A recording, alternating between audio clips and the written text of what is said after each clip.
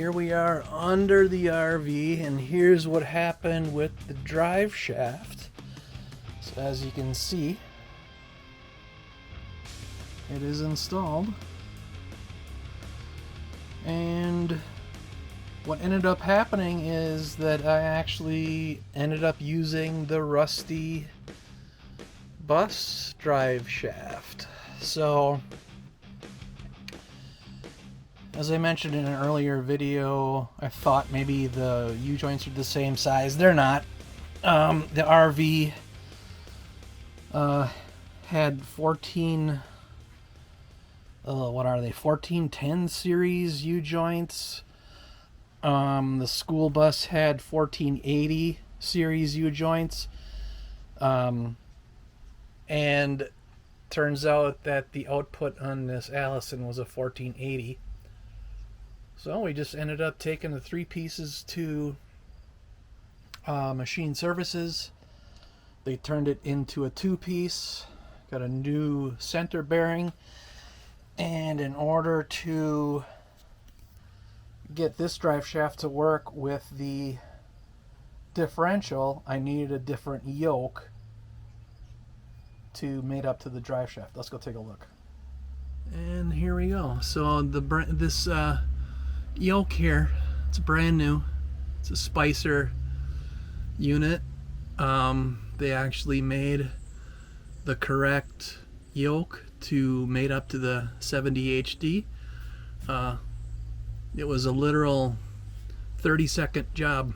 There's a big nut behind here. Took off the old one, put the new one on, tighten up the nut. And I'm sure a lot are going to question about the crush sleeve that's in there, or if it's even a crush sleeve at all. I don't know. But I tightened the nut up, felt the preload, and with my calibrated hand determined that the preload was good. So that's what ended up happening there. So the drive shaft is complete, and it worked out awesome. It's sweet.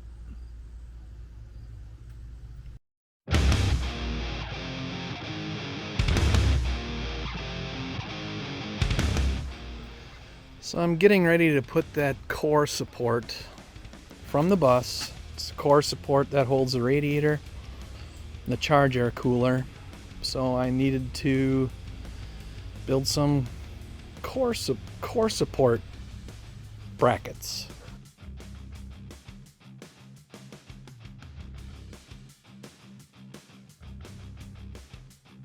So what that consists of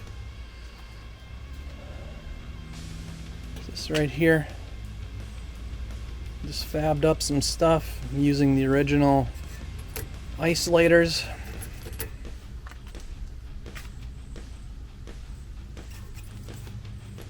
They seem okay. And then also you can see that this is boxed in here. This piece here, right here, that C channel, that used to extend all the way across. And in order for the thickness of that radiator and charger cooler to fit in here, I needed to essentially box this section in. So it's welded to the frame, just 1/4" steel. It's also welded to the stubs here and here. And it should be okay, I believe. You can see what's left of the shroud on the ground. Well, with this engine being higher and offset that way,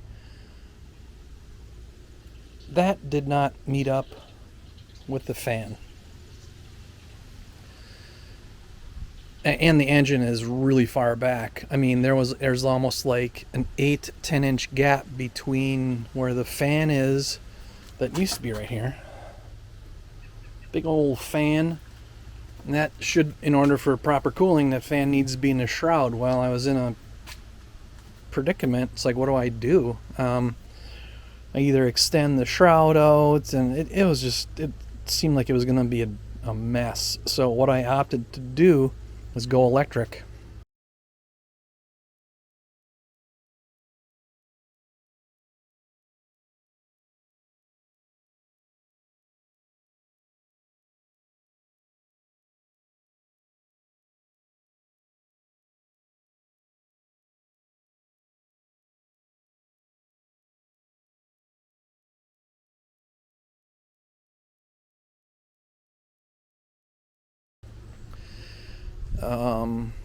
Cut the shell up. I sent a file to send cut send. They are laser cutting a piece of aluminum, and I'll show more of that later, but that's expected to come this week.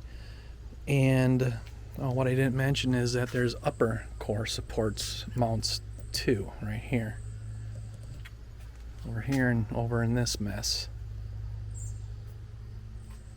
So that core support sits on here, and then it's held in place up here.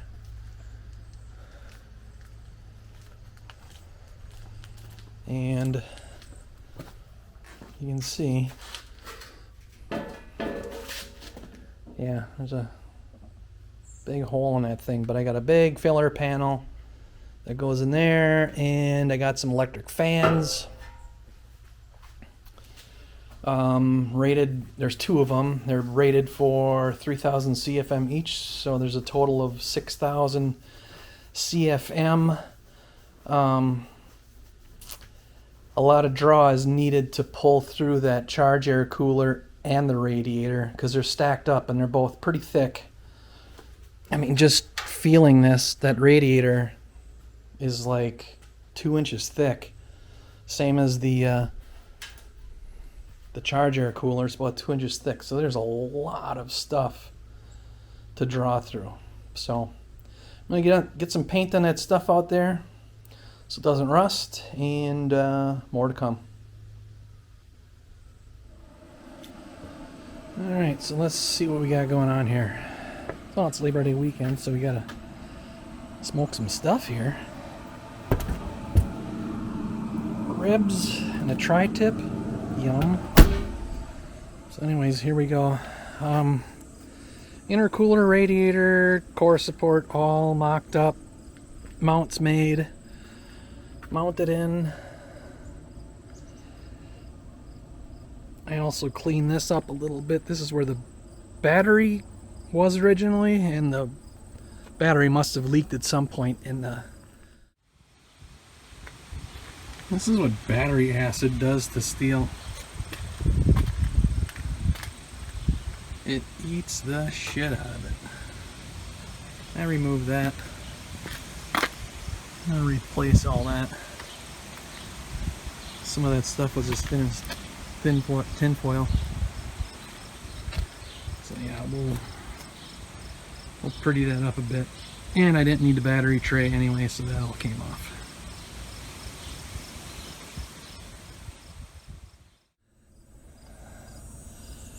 It ate the hell out of the steel, so I replaced all that stuff, probably way stronger than what it was before. I don't know if I'm going to need a battery there yet or not. I was thinking about putting the batteries in the back, but we'll see about that. But yeah, this turned out awesome.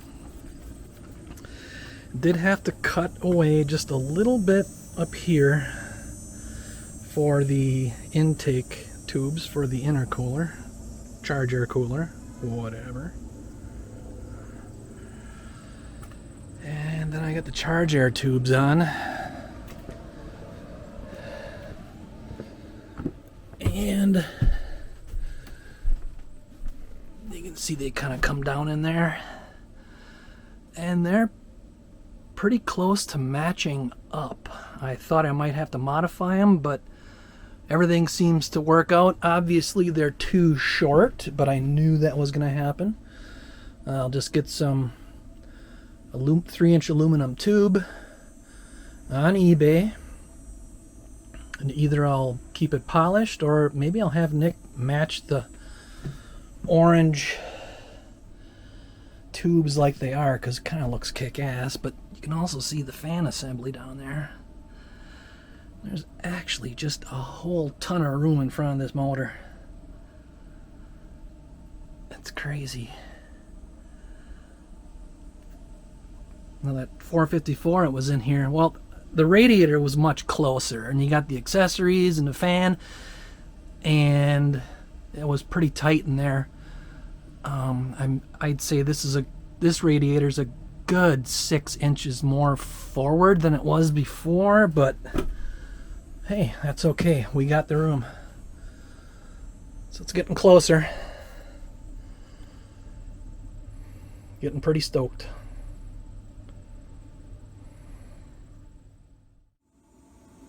I'm just adding this in quick with my phone. What I didn't mention is I had to cut a hole in the dash up here because those fittings would have interfered with this wood stuff up here. Isn't this ugly? But anyways, yeah, so I had to cut this hole, and I'll just be able to put a piece of plywood directly on top of it. It won't have to be spaced off or anything. And there's the radiator inlet.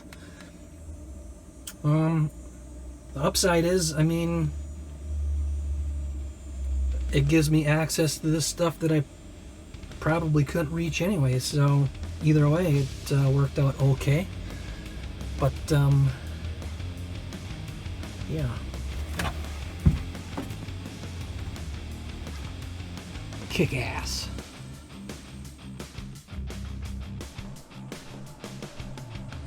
Well, that does it for this update.